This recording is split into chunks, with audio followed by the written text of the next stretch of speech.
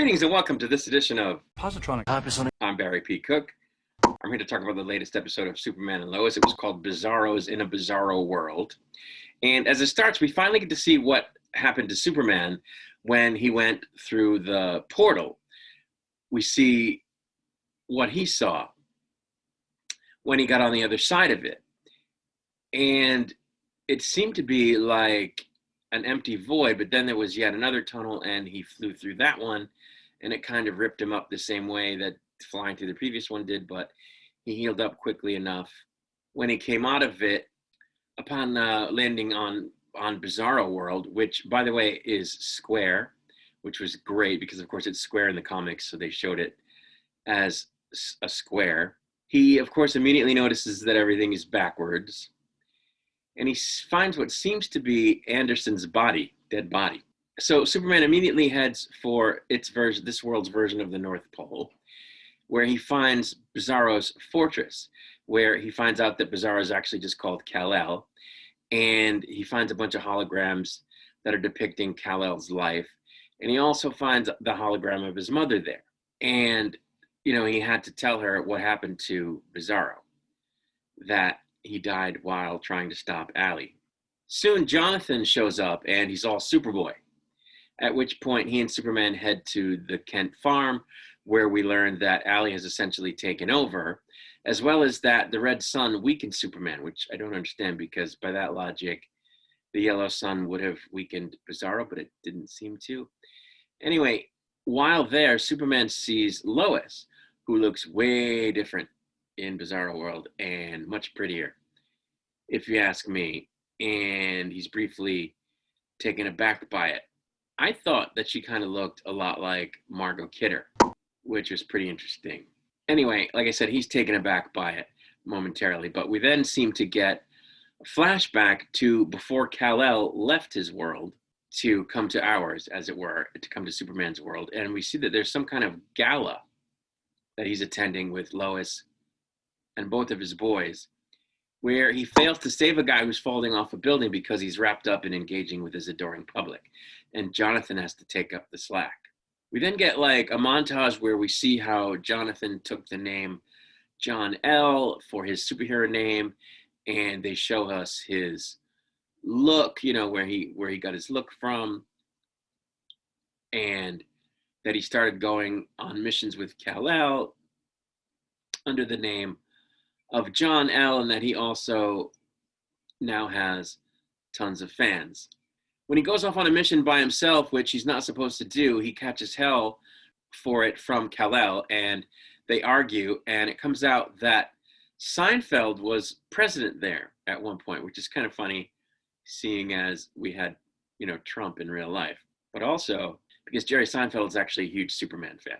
Anyway, his girlfriend, Jonathan's girlfriend, then takes him to meet that world's Allie, who says that she has something to show him. We then go back to the farm in the present, where John and Lois argue, and he shoves her and demands that Superman tell him where the pendants are. Next, another flashback finds Kal-el and Lois arguing really hard, actually, about how he's a bit of a fame whore, after which she takes off with Jordan to visit her dad at the DOD. And while they're talking, John shows up with Superlana, and the two of them threaten the general because they want the XK, which is like regular kryptonite, on Bizarro World, which they want so that they can try to stop Kal from stopping Allie. Kal then visits Lois and her dad and Jordan in what appeared to be a bunker that they were hiding in, and he's all messed up with, you know, and looks like he did in the beginning of the season.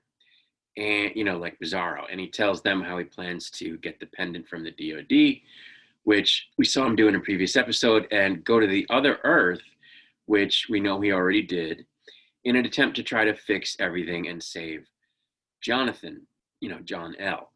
Next, we're back at the farm in the present, where John is beating the tar out of Superman, trying to get him to tell him where the pendants are, and as this is occurring, General Anderson shows up wearing one of them.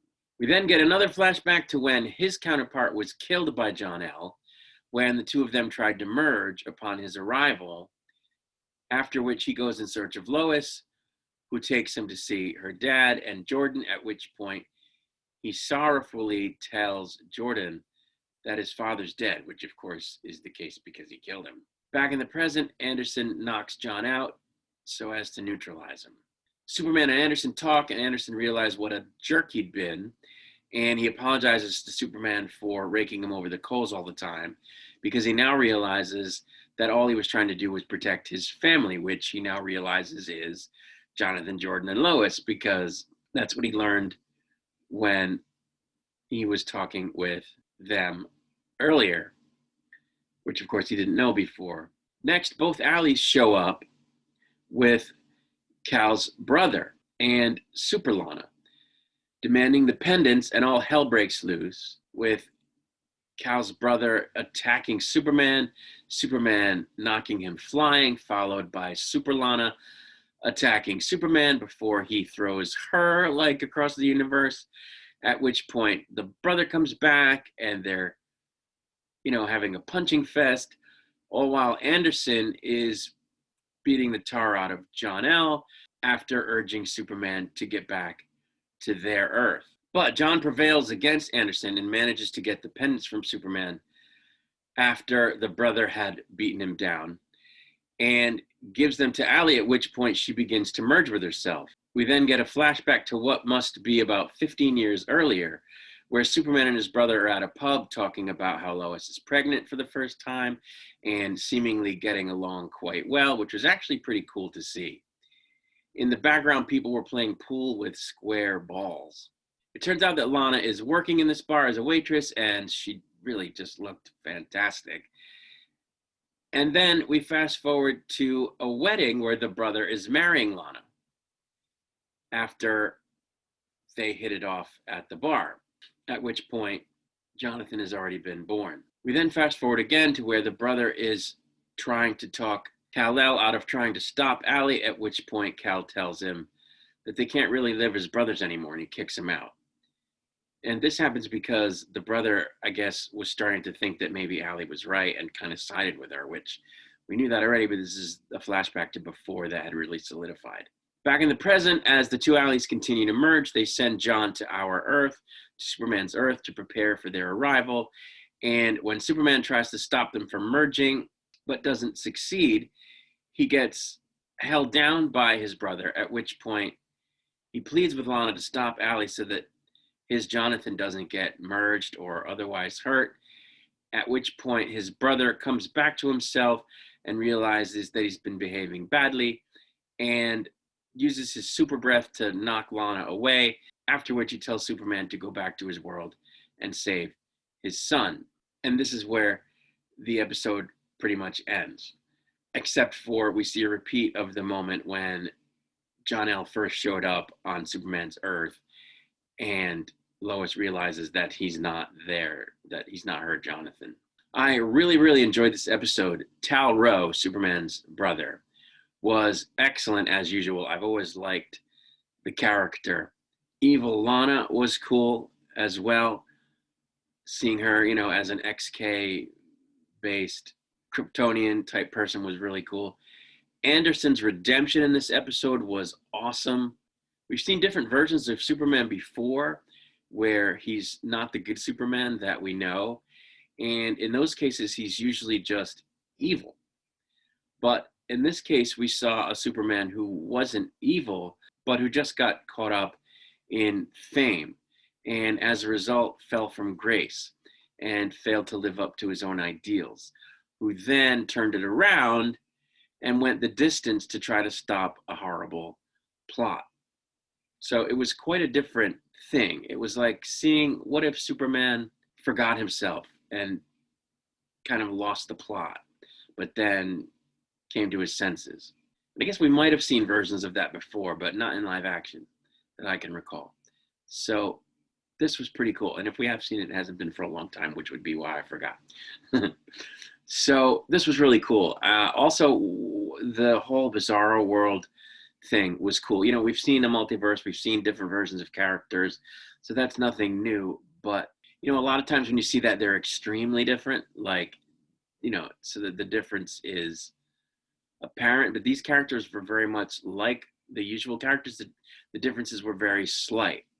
So it was pretty cool. The scene where Superman and Lois are arguing was interesting because, you know, their discussions are always pretty measured. Lois gets a little bit snippy, but Clark or Superman always seem, you know, always conducts himself very calmly. But in this, he loses his shit kind of, and he's like outright yelling.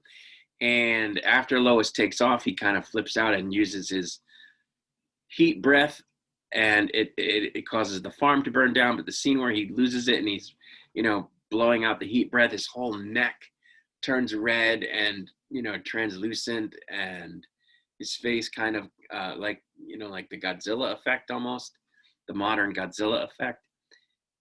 And we've never seen that, and it was wild.